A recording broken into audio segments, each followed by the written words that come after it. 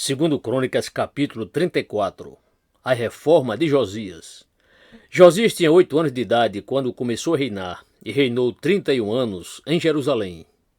Ele fez o que o Senhor aprova e andou nos caminhos de Davi, seu predecessor, sem desviar-se nem para a direita nem para a esquerda. No 8º ano do seu reinado, sendo ainda bem jovem, ele começou a buscar o Deus de Davi, seu predecessor. No 12º ano, começou a purificar Judá e Jerusalém dos altares idólatras, dos postes sagrados, das imagens esculpidas e dos ídolos de metal. Sob as suas ordens foram derrubados os altares dos Baalins. Além disso, ele despedaçou os altares de incenso que ficavam acima deles. Também despedaçou e reduziu a pó os postes sagrados, as imagens esculpidas e os ídolos de metal, e os espalhou sobre os túmulos daqueles que lhes haviam oferecido sacrifícios. Depois queimou os ossos dos sacerdotes sobre esses altares, purificando assim Judá e Jerusalém.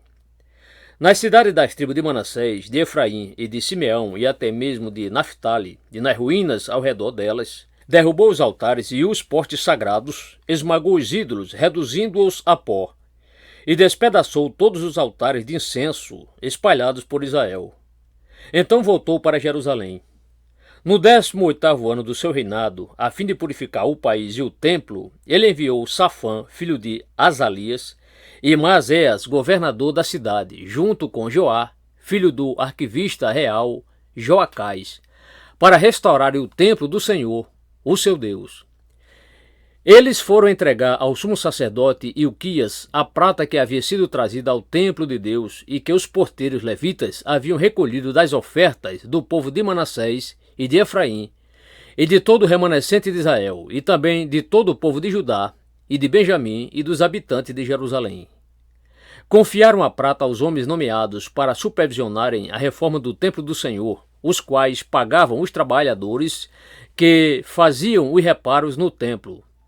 Também deram dessa prata aos carpinteiros e aos construtores para comprarem pedras lavradas e madeira para as juntas e as vigas dos edifícios que os reis de Judá haviam deixado ficar em ruínas. Esses homens fizeram o trabalho com fidelidade, eram dirigidos por Jaate e Obadias, levitas, descendentes de Merari, e por Zacarias e Mesulão, descendentes de Coate. Todos os levitas que sabiam tocar instrumentos musicais estavam encarregados dos operários e supervisionavam todos os trabalhadores em todas as funções. Outros levitas eram secretários, oficiais e porteiros. O livro da lei é encontrado. Enquanto recolhiam a prata que tinha sido trazida para o templo do Senhor, o sacerdote Ilquias encontrou o livro da lei do Senhor, que havia sido dada por meio de Moisés. Ilquias disse ao secretário Safã: "Encontrei o livro da lei no templo do Senhor." E o entregou a Safã. Então Safã levou o livro ao rei e lhe informou: "Teus servos estão fazendo tudo o que lhes foi ordenado. Fundiram a prata que estava no templo do Senhor e confiaram aos supervisores e aos trabalhadores." E acrescentou: "O sacerdote Ilquias entregou-me um livro." E Safã leu trecho do livro para o rei. Assim que o rei ouviu as palavras da lei, rasgou suas vestes e deu estas ordens a Ilquias e Aicã, filho de Safã, e Abidom, filho de Mica, ao secretário Safã e ao auxiliar real Asaías: "Vou consultar o Senhor por mim e pelo remanescente de Israel e de Judá acerca do que está escrito neste livro que foi encontrado. A ira do Senhor contra nós deve ser grande, pois os nossos antepassados não obedeceram à palavra do Senhor e não agiram de acordo com tudo o que está escrito neste livro." E Ilquias e aqueles que o rei tinha enviado com ele foram falar com a profetisa Ulda, mulher de Salum, filho de Tocate e neto de Arás, e responsável pelo guarda-roupa do templo. Ela morava no bairro novo de Jerusalém. Ulda lhe disse: "Assim diz o Senhor, o Deus de Israel: diga ao homem que os enviou a mim. Assim diz o Senhor: eu vou trazer uma desgraça sobre este lugar e sobre os seus habitantes, todas as maldições escritas no livro que foi lido na presença do rei de Judá, porque me abandonaram e queimaram incenso a outros deuses, provocando a minha ira por meio de todos os ídolos que as mãos deles têm feito. Minha ira arderá contra esse lugar e não será apagada. digam ao rei de Judá que os enviou para consultar o Senhor.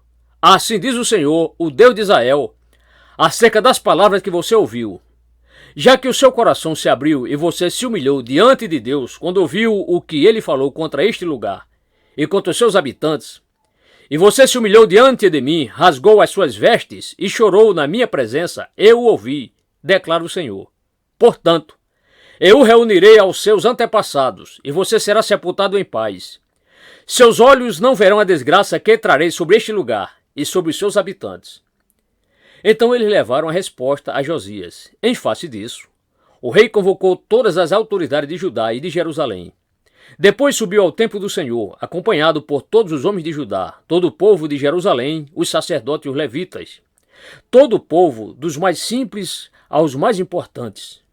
Para todos o rei leu em alta voz todas as palavras do livro da aliança que havia sido encontrado no templo do Senhor. Ele tomou o seu lugar e, na presença do Senhor, fez uma aliança, comprometendo-se a seguir o Senhor e obedecer de todo o coração e toda a alma aos seus mandamentos, aos seus testemunhos e aos seus decretos, cumprindo as palavras da aliança escritas naquele livro. Depois fez com que todos em Jerusalém e de Benjamim se comprometessem com a aliança. Os habitantes de Jerusalém passaram a cumprir a aliança de Deus, o Deus dos seus antepassados. Josias retirou todos os ídolos detestáveis de todo o território dos israelitas e obrigou todos os que estavam em Israel a servir ao Senhor, o seu Deus. E enquanto ele viveu, o povo não deixou de seguir o Senhor, o Deus dos seus antepassados.